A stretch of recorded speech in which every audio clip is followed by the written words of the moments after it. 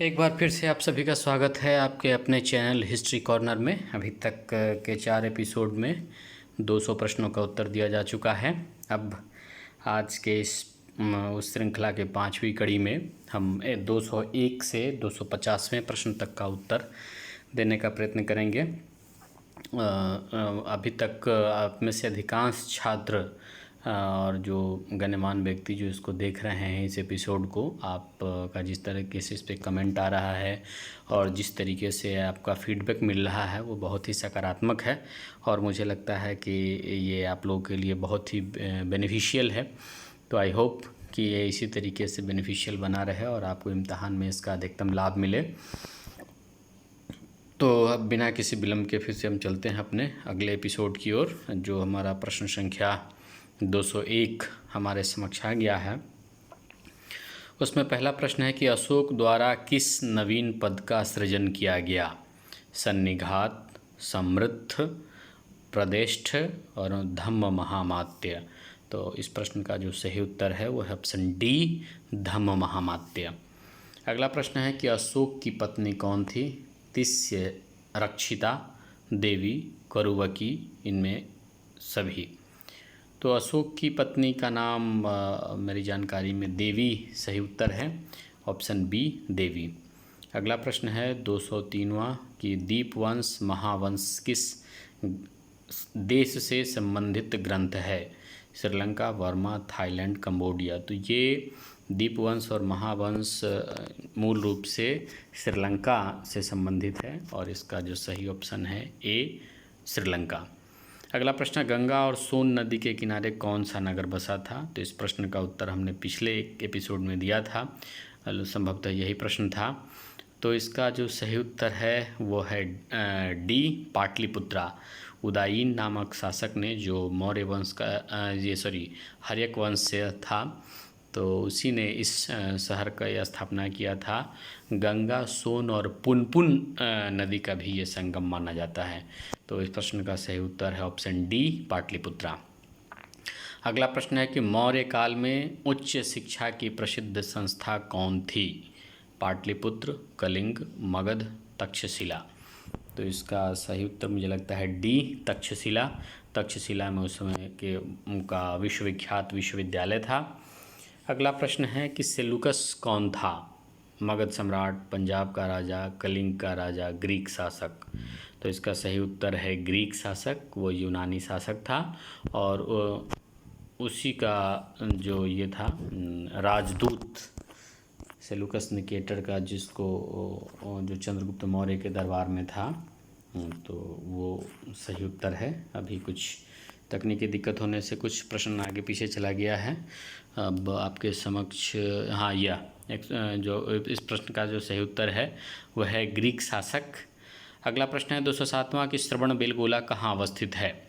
तो श्रवणबेलगोला फेमस है कि ये यहाँ पे चंद्रगुप्त मौर्य जो मौर्य वंश के शासक थे, उन्होंने संलेखना विधि से अपना प्राण त्यागा था। वो मूल रूप से कर्नाटक में है, लेकिन इस चारों ऑप्शन में जो सबसे मुफीद है वो है मैसूर। अगला प्रश्न है 208वां कि अशोक ने तृतीय बौद्ध संगीति कहाँ बुलाई थी? इस संबंध में हम पिछले के प्रश्नों में उत्तर दे चुके हैं, तमाम बौद्ध संगीतियों के बारे में बता चुके हैं। लेकिन तृतीय बौद्ध संगीति, पहला जो बौद्ध संगीति था राजगीर में, दूसरा वैशाली में, तीसरा पाटलिपुत्र में और चौथा कुंडलवन कश्मीर में। तो इसका जो सही उत्तर है पहला ऑप्शन, पाटलिपुत्र। अगला है सन्यासी उपगुप्त किसके शिक्षक थे? पहला ऑप्शन चंद्रगुप्त मौर्य, दूसरा अशोक, तीसरा बिंदुसार और चौथा ऑप्शन डी, विशाखदत्त। तो इसका जो सही उत्तर है वो है अशोक। अशोक ने उपगुप्त से बौद्ध धर्म की दीक्षा ली थी। अगला है कि बिंदुसार के दरबार में किस विदेशी राजदूत कौन था? तो इसका जो सही उत्तर है वो है डायमेकस। ये डायोनियस लिखा है, ये सही उत्तर नहीं है, मुझे लगता है डायमेकस इसका, या तो ये टाइपिंग एरर होगा या फिर चारों ऑप्शन इसका गलत होगा। डायमेकस इसका सही जवाब है। अगला प्रश्न है कि अशोक ने किस धर्म का प्रचार किया था? शैव, वैष्णव, जैन और बुद्ध। तो ये एक्चुअली ये उसका जो ऑप्शन डी है वो सही है, लेकिन यहाँ बुद्ध नहीं बल्कि बौद्ध शब्द लिखा जाना चाहिए था, क्योंकि वो धर्म बौद्ध धर्म के नाम से जाना जाता है। अगला प्रश्न है कि अशोक की मृत्यु कब हुई। इसमें कई अन्य प्रश्नों की तरह 4 ऑप्शन हैं। 232 ईसा पूर्व, 261 ईसा पूर्व, 273 ईसा पूर्व, 298 ईसा पूर्व। तो इसका जो सही उत्तर है वह पहला ऑप्शन 232 ईसा पूर्व। सम्राट अशोक का जो कार्यकाल है वो 273 से 232 ईसा पूर्व के बीच माना जाता है। कई ग्रंथों में ये 269 ईसा पूर्व भी उनकी स्थापना का समय बताया जाता है, क्योंकि यह उथल पुथल का कार्य था। सम्राट अशोक और उनके अन्य भाइयों के बीच सत्ता को लेकर संघर्ष छिड़ा हुआ था। तो इन 4 वर्षों का अलग अलग ग्रंथों में हेर फेर मिलता है। अगला प्रश्न है, भारत का पहला सम्राट कौन था। ए अकबर, बी अशोक, सी चंद्रगुप्त मौर्य और डी कृष्णदेवराय। तो ये इसका जो सही उत्तर है वो चंद्रगुप्त मौर्य सही होना चाहिए। 214 प्रश्न का उत्तर, चूँकि चंद्रगुप्त मौर्य ने ही भारत को एक इस रूपरेखा में बांधा था और एक पूरी तरीके से एक साम्राज्य या राज्य या देश की सीमा। यद्यपि आजकल का जो आधुनिक राष्ट्र राज्य का कंसेप्ट है ये इस पर समीचीन नहीं बैठता है, तो आप इसका ध्यान रखेंगे और ये मान के चले। और जिस संदर्भ में ये पूछा गया है उसका जो सही उत्तर है वो है ऑप्शन सी चंद्रगुप्त मौर्य। अगला प्रश्न है, 215वां कि चंद्रगुप्त मौर्य ने जीवन के आखिरी दिन कहाँ बिताए। तो अभी पिछले प्रश्न के उत्तर में के दौरान मैंने इसका उत्तर दिया था, श्रवणबेलगोला। यहाँ संलेखना विधि से उन्होंने अपना प्राण त्यागा था। संलेखना विधि में ये इसके लिए अगर दूसरे शब्द का प्रयोग करें तो उपवास के द्वारा इसमें भोजन त्याग दिया जाता है। अगला प्रश्न है कि सेल्यूकस निकेटर की पुत्री हेलेना से किसका विवाह हुआ था। चंद्रगुप्त मौर्य, बिंदुसार, अशोक और चंद्रगुप्त द्वितीय। तो ये जो सेल्यूकस निकेटर था वो मौर्य वंश का समकालीन था और इसका जो चौथा ऑप्शन है चंद्रगुप्त द्वितीय वो गुप्त वंश से है। तो चौथा ऑप्शन तो नहीं होगा, ये बहुत ही स्पष्ट है। और जो 3 है इन तीनों में जो सबसे जो सेल्यूकस निकेटर का अगर समकालीन आप मानते हैं तो चंद्रगुप्त मौर्य था। तो ये इसकी सेल्यूकस निकेटर की पुत्री हेलेना की शादी चंद्रगुप्त मौर्य से हुई थी। अगला प्रश्न है कि उपवास के परंपरागत जैन रीति से किसकी मृत्यु हुई। तो इस प्रश्न का उत्तर पिछले प्रश्न के उत्तर में ही था, वो है 217 का ऑप्शन डी चंद्रगुप्त मौर्य। अगला प्रश्न है, चंद्रगुप्त मौर्य का पुत्र कौन था। तो चंद्रगुप्त मौर्य का जो पुत्र था वो बिंदुसार था और बिंदुसार का पुत्र अशोक था। तो इसका जो सही उत्तर है ऑप्शन बी बिंदुसार। अगला प्रश्न है, 219 इंडिका किसने लिखी थी। इंडिका बहुत ही चर्चित ग्रंथ है और ये मेगास्थनीज के द्वारा लिखी गई थी। मेगास्थनीज जो है वो एक राजदूत के रूप में भारत में रहा था और भारत को उसने बहुत नज़दीक से देखा और उसने अपने अनुभव को लिखा था। वर्तमान में इसका कहीं कोई साक्ष्य उपलब्ध नहीं है इंडिका का, लेकिन जो दूसरे इतिहासकारों ने कई इस माने घटनाओं का वर्णन किया है और लिखा है, रेफरेंस दिया है कि उन्होंने इंडिका से ऐसा लिखा है, तो इसके आधार पर इंडिका की एक परिकल्पना की गई है। अगला प्रश्न है कि वैदिक काल में आख्यायिनी डैश की देवी थी। शांति, बलि, वन और नदी। तो इसका जो सही उत्तर है वो है वन, ऑप्शन सी या फॉरेस्ट। अगला, अशोक के शासनकाल में कलिंग की राजधानी थी। तो इसमें जो 4 ऑप्शन है पाटलिपुत्र, उज्जैन, धौली और बाली। तो पाटलिपुत्र तो बिहार में है, उज्जैन मध्य प्रदेश में और बाली एक द्वीप है। तो मुझे लगता है कि ये 3 ऑप्शन सही नहीं है। धौली कलिंग में ही है और धौली में सम्राट ये भगवान बुद्ध का स्तूप भी है। तो मुझे लगता है कि अशोक के शासनकाल में ये जो प्रश्न है कि कलिंग की राजधानी थी, तो इसका सही ऑप्शन सी धौली। अगला प्रश्न है, सम्राट अशोक की माता का नाम था। जनपद कल्याणी, सुंदरबाई, कलावती और राजश्री। तो इसका जो सही उत्तर है वो है सुभद्रांगी। तो इन 4 ऑप्शन में से कोई सही ऑप्शन नहीं लग रहा है, तो इसका जो सही उत्तर है वो है सुभद्रांगी। अगला प्रश्न है कि अशोक का छोटा भाई कौन था। बृहद्रथ, कुमारगुप्त, मोगली पुत्र तिश और सुमित्र। तो इसका जो मेरी जानकारी में कि तिश अशोक का छोटा भाई था, तो अगर इसमें किसी से आप उसको मिलान कर सकते हैं तो मोगली पुत्र तिश। तो आई थिंक ऑप्शन सी इसका सही होना चाहिए, और नहीं तो चारों ऑप्शन गलत है। अगर सिर्फ तीस लिखा हुआ मिले तो वो अशोक का छोटा भाई था, बाकी सुसीम, संप्रति, ये सब तमाम जो हैं उनसे बड़े भाई थे। अगला प्रश्न है कि किस मौर्य सम्राट को देवानाम प्रिय की उपाधि मिली थी? तो सम्राट अशोक को देवानाम प्रियदर्शी के कई ग्रंथों में उन्हें प्रियदर्शन या प्रियदर्शी, देवानाम प्रियदर्शी, इस तरह के शब्दों का उनके लिए प्रयोग किया गया है। तो विभिन्न इतिहासकारों में इस देवानाम प्रियदर्शी का मिलान सम्राट अशोक, उनकी पहचान सम्राट अशोक के रूप में किया है। तो इसका जो सही उत्तर है 224वें का ऑप्शन डी, अशोक। अगला प्रश्न है कि अशोक के शिलालेखों का किसने अर्थ निकाला था? Max Muller, James Prinsep, William Jones, R Bhandarkar. तो इसका जो सही उत्तर है option B, James Prinsep. James Prinsep ने सबसे पहले सम्राट अशोक के अभिलेखों को पढ़ा था, और इसको पढ़ने में सहायता इसलिए मिली थी कि सम्राट अशोक के अभिलेख कई भाषाओं और कई 4 लिपियों में मिली है। तो एक ही मैसेज कई लिपियों में लिखे हुए मिले हैं, जिसका तुलनात्मक रूप से अध्ययन करने के बाद अशोक के शिलालेखों का अर्थ निकल पाया है। अगला प्रश्न है किस भारतीय शासक की राज्य सीमा भारत के बाहर तक फैली थी? अशोक, चंद्रगुप्त मौर्य, कनिष्क, हुविस्क। तो इसमें जो चंद्रगुप्त मौर्य थे वो अफगानिस्तान के जो तमाम इलाके हैं वहाँ पर इनका पूर्ण नियंत्रण था, इनके साम्राज्य के अंतर्गत था। तो मुझे लगता है कि B, option B, Chandragupta Maurya सही उत्तर है। अगला प्रश्न है अशोक ने विदेशों में धर्म प्रचार के लिए किसे भेजा था? तो अशोक के एक पुत्र और एक पुत्री, पुत्र का नाम महेंद्र और पुत्री का नाम संघमित्रा, दोनों धर्म प्रचार के लिए गए थे। और पटना के जिस घाट से ये दोनों धर्म प्रचार के लिए गए थे उसे महेंद्रू घाट के नाम से जाना जाता है। तो पटना में जो महेंद्रू घाट है वो सम्राट अशोक के पुत्र महेंद्र के नाम पर है, और वो उस समय इसका नाम रखा गया था जब ये धर्म प्रचार के लिए वहाँ से निकले थे। अगला प्रश्न है कि आजीवक किसके द्वारा नागार्जुन की पहाड़ियों में आजीवकों को गुफाएं दी गई थी? तो इसका जो सही उत्तर है ऑप्शन ए, दशरथ।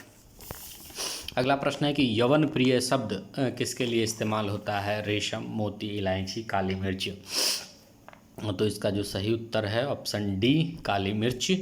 एक्चुअली यवन उन लोगों को कहा गया जो विदेशी भारत में आए थे और यहाँ से वो मसालों का व्यापार करने के लिए आए थे, तो उन्हें वो यवन उनको कहा गया, और उनको जो चीज़ बहुत प्रिय थी वो काली मिर्च, तो इसीलिए उसका एक पर्यायवाची, काली मिर्च का पर्यायवाची यवन प्रिय भी हो गया।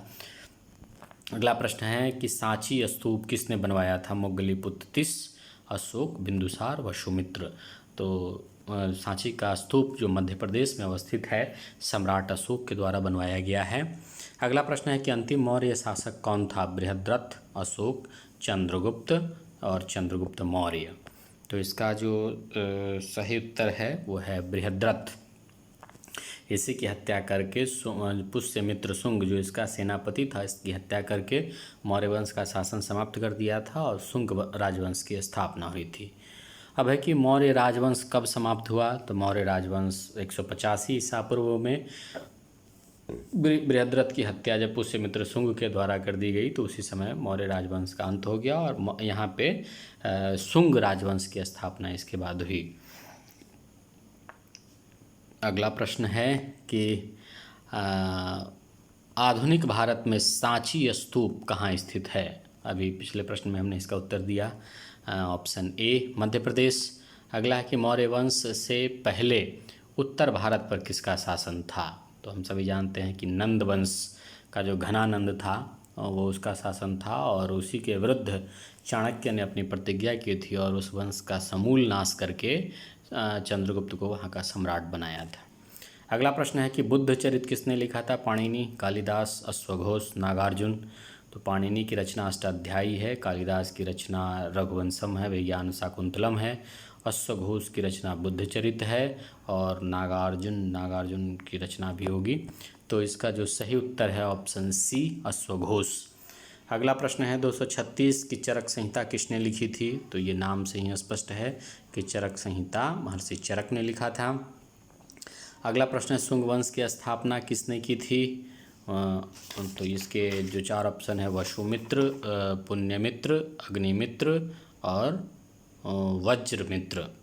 तो इसका जो सही उत्तर है वो है पुष्यमित्र शुंग। तो इसमें मुझे लगता है कि पुष्यमित्र या ऑप्शन बी जो पुण्यमित्र ये टाइप कर दिया है, ये टाइपोग्राफिकल मिस्टेक है, ये पुष्यमित्र शुंग होना चाहिए। इसका सही ऑप्शन है 237 का बी। अगला है 238 कि शुंग वंश का अंतिम शासक कौन था? ये भी बहुत महत्वपूर्ण प्रश्न है।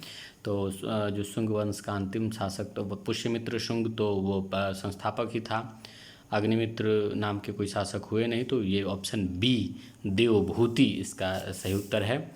अगला प्रश्न 239 महाभाष्य के रचयिता, तो ये पतंजलि की रचना है, तो इसका जो सही उत्तर है ऑप्शन ए पतंजलि। अगला प्रश्न है कण्व वंश का संस्थापक कौन था?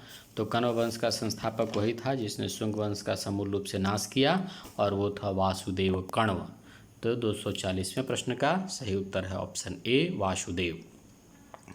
अगला है सातवाहन वंश का संस्थापक कौन था? तो सातवाहन वंश का संस्थापक सिमुक था, तो ऑप्शन बी इसका सही है। सातकर्णी, वसुमित्र और महेंद्र इसके सही ऑप्शन नहीं है। इसका जो सही उत्तर है वो है सिमुक, ऑप्शन बी।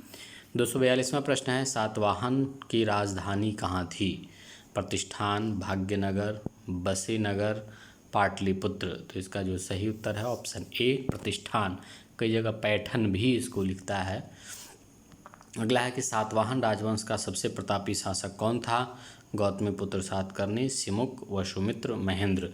तो इसका जो सही उत्तर है ऑप्शन ए गौतमीपुत्र सातकर्णी। अगला प्रश्न है कि गाथा सप्तशती किसने लिखी थी? हाल, क्षेमेंद्र, विलक, भावभूति। तो ये हाल की रचना है गाथा सप्तशती। हाल एक व्यक्ति का नाम है, उन्होंने इस ग्रंथ की रचना की थी। अगला है कि हाथी गुफा शिलालेख किससे संबंधित है? तो हाथी गुफा अभिलेख जो है वो कलिंग के शासक खारवेल से संबंधित है, और ये पहला ऐसा अभिलेख मिला है जो पूरी तरह से संस्कृत भाषा में है। तो इसका जो सही उत्तर होना चाहिए वो है खारवेल, और 4 ऑप्शन में से किसी में खारवेल नहीं लिखा है। तो आप ये ध्यान रखें कि जो हाथी गुफा का अभिलेख है वो खारवेल से संबंधित है। अगला कि वानभट्ट किस सम्राट के दरबार का कवि था? विक्रमादित्य, कुमारगुप्त, हर्षवर्धन और कनिष्क। तो वानभट्ट हर्षवर्धन के दरबार में था, और उसने उसकी ग्रंथ की जिस ग्रंथ की रचना की उसका नाम है हर्षचरित। हर्ष की जीवनी उसने लिखी है। अगला है 247वां प्रश्न कि भारतीय नेपोलियन की उपाधि किससे जुड़ी है? पहला ऑप्शन है चंद्रगुप्त मौर्य, दूसरा है समुद्रगुप्त, तीसरा है चंद्रगुप्त द्वितीय और चौथा है हर्षवर्धन। तो भारतीय नेपोलियन समुद्रगुप्त को कहा जाता है। वो इसलिए कहा जाता है कि समुद्रगुप्त ने अपने समय में कई राज्यों को जीतकर अपने राज्य में मिला लिया था, पड़ोसी राज्यों को जीतकर, और उसी तरीके से समुद्रगुप्त ने अपने समय में कई राजाओं को युद्ध अथवा शादी के माध्यम से अपने साम्राज्य में मिला लिया था। अगला प्रश्न है कि नालंदा विश्वविद्यालय मुख्यतः डैश की श्रेष्ठ ज्ञान स्थली थी? तो नालंदा विश्वविद्यालय बौद्ध धर्म से रिलेटेड था। यहीं पे कई सारे चीनी यात्री आए जो ज्ञान ग्रहण करने आए थे। इसमें ह्वेनसांग बहुत ही फेमस नाम है, जो युआन च्वांग के नाम से भी जाना जाता है। तो इसका जो सही उत्तर है ऑप्शन ए बौद्ध धर्म। अगला है कुषाण वंश की स्थापना किसने की थी? तो ये बहुत अच्छा प्रश्न है, और इस प्रश्न का उत्तर अभी हमने पीछे दिया था। ये इसका नहीं दिया था, कुषाण वंश। तो कुषाण वंश जो है वो कडफिसस एक शासक हुआ जिसने इसकी स्थापना की थी। तो इसका जो सही उत्तर है ऑप्शन ए कडफिसस। अगला और आज के इस एपिसोड के लिए जो आखिरी प्रश्न है 250वां कि कनिष्क की राजधानी कहाँ थी? पुरुषपुर, अमरावती, मथुरा और डी दोनों। तो इसका जो सही उत्तर है वो है पुरुषपुर, ऑप्शन ए सही उत्तर है। तो आज के लिए बस इतना ही मित्रों। मैं अपने जिस तरीके से मैं प्रतिबद्ध और कृत संकल्पित हूँ उस तरीके से आज मैंने फिर से अगले 50 प्रश्नों का उत्तर आपके समक्ष रखा है, और मुझे लगता है कि अन्य एपिसोड की तरह ये एपिसोड भी आपको पसंद आएगा। आज के एपिसोड की ख़ास बात ये थी कि आज के एपिसोड में प्रश्न बहुत ही फ्लैट तरीके का था, इसमें बहुत ज़्यादा इंटरप्रिटेशन की गुंजाइश नहीं थी, बहुत तथ्यात्मक रूप से बातें इसमें पूछी गई हैं और मैंने हूबहू उसको बताने का प्रयत्न किया है। तो आज के एपिसोड से हो सकता है आपको थोड़ा सा उतनी खुशी उतना ज्ञान नहीं मिले, लेकिन जो मूल रूप से जिन प्रश्नों का उत्तर देना था, जो मूल ध्येय था कि अगले 201 से लेके 250 तक के प्रश्नों का उत्तर दिया जाए, तो वो इस एपिसोड में हुआ है। अब जो अगला एपिसोड यानी कल मैं कोशिश करूँगा कि अगला एपिसोड मैं डाल दूँ, तो उस अगले एपिसोड में इस पूरे का ये जो है 300 प्रश्नों का जो सेट है, उस पूरे 300 प्रश्नों का उत्तर आपके समक्ष प्रस्तुत हो जाएगा। उसके बाद हम चलेंगे दूसरे पेपर में जहाँ ब्रिटेन का इतिहास है और उसमें भी 300 प्रश्न पूछे गए हैं। उन 300 प्रश्नों का उत्तर हम देने की कोशिश करेंगे।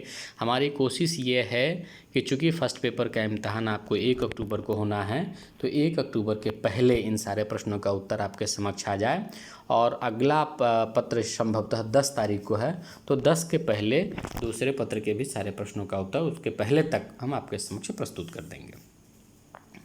तो ये रहा आज का एपिसोड। मुझे लगता है कि ये अन्य एपिसोड की तरह आपको लाभकारी होगा। तो मैं चाहता हूँ कि आप लोग इस चैनल को सब्सक्राइब करें, लाइक करें, शेयर करें, ज़्यादा से ज़्यादा अपने मित्रों के बीच शेयर करें और उसका अधिकतम लाभ हो आपको भी और आपके मित्रों को भी।